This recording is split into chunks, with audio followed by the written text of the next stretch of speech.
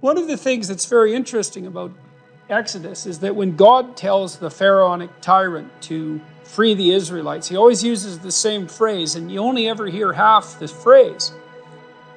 He has Moses say, "Let my people go." Now you hear that phrase all the time, but you don't hear the second half of the phrase, which is repeated, I think, 9 times, one for each plague, perhaps 10 times, because there's actually 10 plagues. If you count the devastation of the firstborns, that's the 10th plague. God has Moses say, "Let my people go, that they may serve me in the wilderness." And that's really interesting, because it's not, and Dennis Prager pointed out, that the word freedom isn't used once in the Exodus narrative. And it's because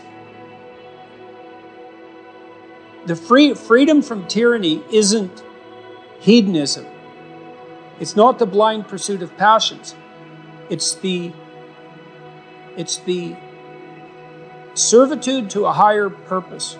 Proper freedom is servitude to a higher purpose. Voluntarily accepted servitude to a higher purpose. Perhaps the highest purpose, which is what God calls the Israelites to. And you say in your book here, purpose is meaning. That's a hell of a thing if it's true. Purpose is meaning, especially if you find purpose in duty and responsibility, and I think you genuinely do in sacrifice. I think that's true, deeply true. Purpose is meaning, and meaning is happiness. We don't think about happiness enough, and when we do not necessarily think about it properly. Happiness is neither joy nor entertainment. It is an ontological condition fundamental to our existence as humans. It's notable that when the founders drafted the Declaration of Independence, they listed up front 3 things to which we are all entitled: life, liberty, and the pursuit of happiness. A little later you say, "You need to understand that your purpose may be great in the eyes of the world, or it may be commonplace and seemingly small. Your purpose might be your family, your children. It might be tutoring a child and changing their life. It might be the business you started. It might be cleaning up your block. It might be in the help you give others. It might be in the example you set."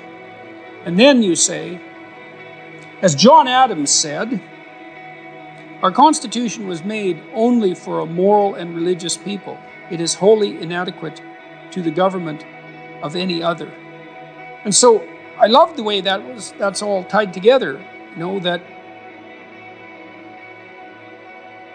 happiness is to be found in the pursuit of meaning and purpose, and that's tied up with duty and responsibility to others. I think that's fundamentally true.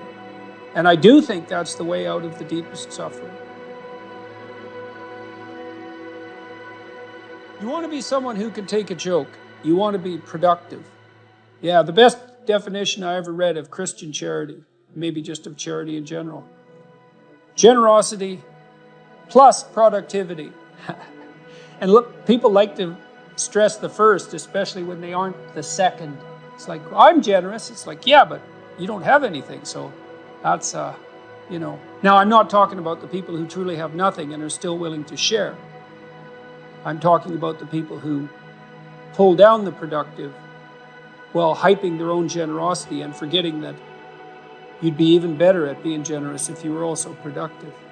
So I hear from socialists a lot that Jesus was a socialist. This is a common refrain from the progressive left, and the idea being that you should want to give charity. And I said, Jesus wasn't saying that you should take from others and make them give charity. That wasn't what he said. You need to be generous with your belongings, with your time, with your labor. That's what he was saying. It was a generosity of the heart, not a demand on others.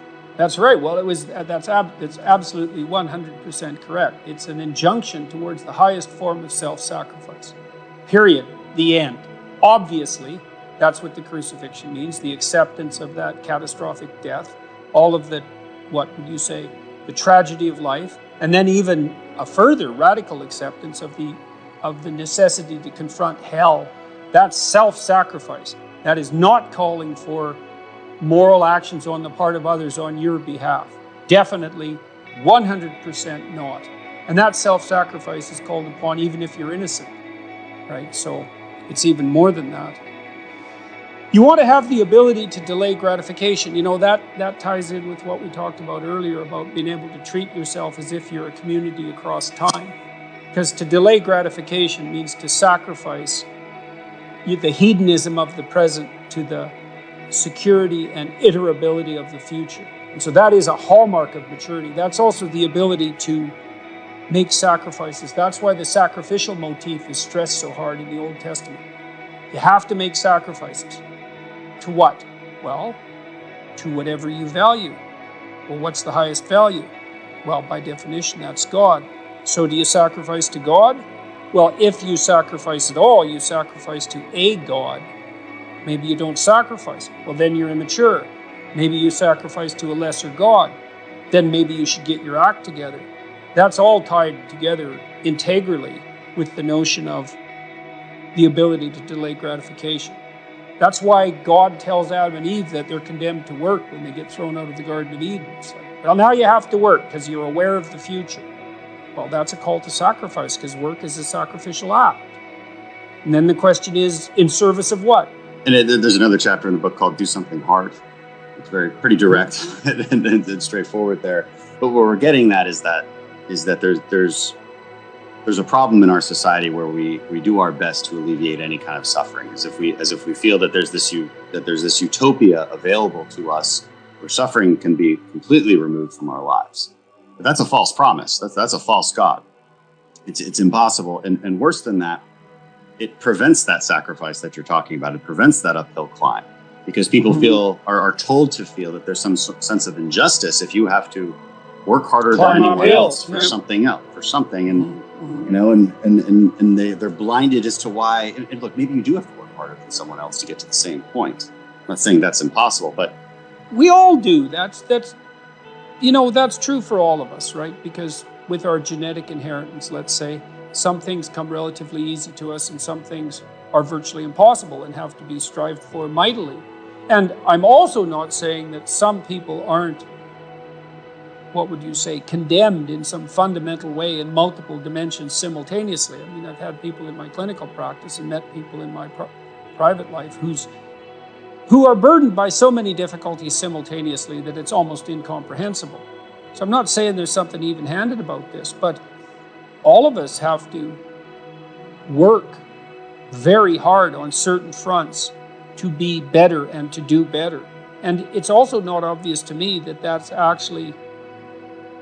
an unbearable price in some sense, but it's also the most fundamental disciplining adventure, right? And I don't know what it's like for you. I suspect it's the same, but when I look back in my life, I think when I'm thinking in a positive way, I think, well, that was really difficult, but it was worth it.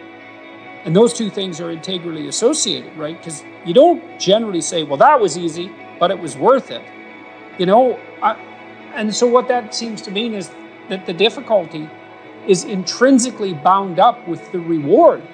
And then, of course, we know that, right? Because how happy are you even for someone else when you see them overcome immense odds to attain something of value?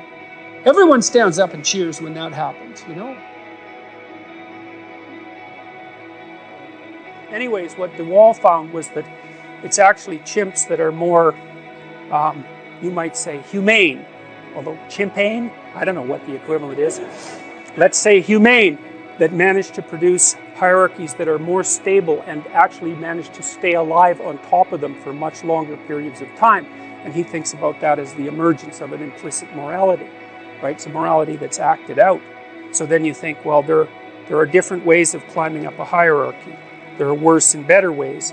The better ways allow you to live longer in a more stable hierarchy. And the evolutionary payoff for that is that you leave more descendants. And so the hierarchy itself becomes a very powerful shaping mechanism that determines how it is that people are going to adapt, because it's the primary method of selection. So there's an ethic in there. There's an ethic that emerges from the social interactions, but that's rapidly transformed into a biological selection device. And so we're selected. And that's especially true among human beings, because with chimps, the females are indiscriminate maters, which is to say that a female chimp in heat will mate with any male chimp. Now, The dominant males chase the subordinate males away, so they're still more likely to leave offspring than the subordinates, but it's not because of the females. But human females are different. Human females exert choice, and quite brutal choice, you might put it that way. They're very choosy, and it's one of the things that seems to have distinguished us from chimpanzees. And what roughly seems to happen is that the male dominance hierarchy elects men to the higher, say, rungs of the hierarchy, and then the females peel from the top. And so that means that what you can say is that human beings are the consequence of intense male dominance competition. It's not necessarily dominance, but it's competition for the upper rungs of the hierarchy, mediated by female selection.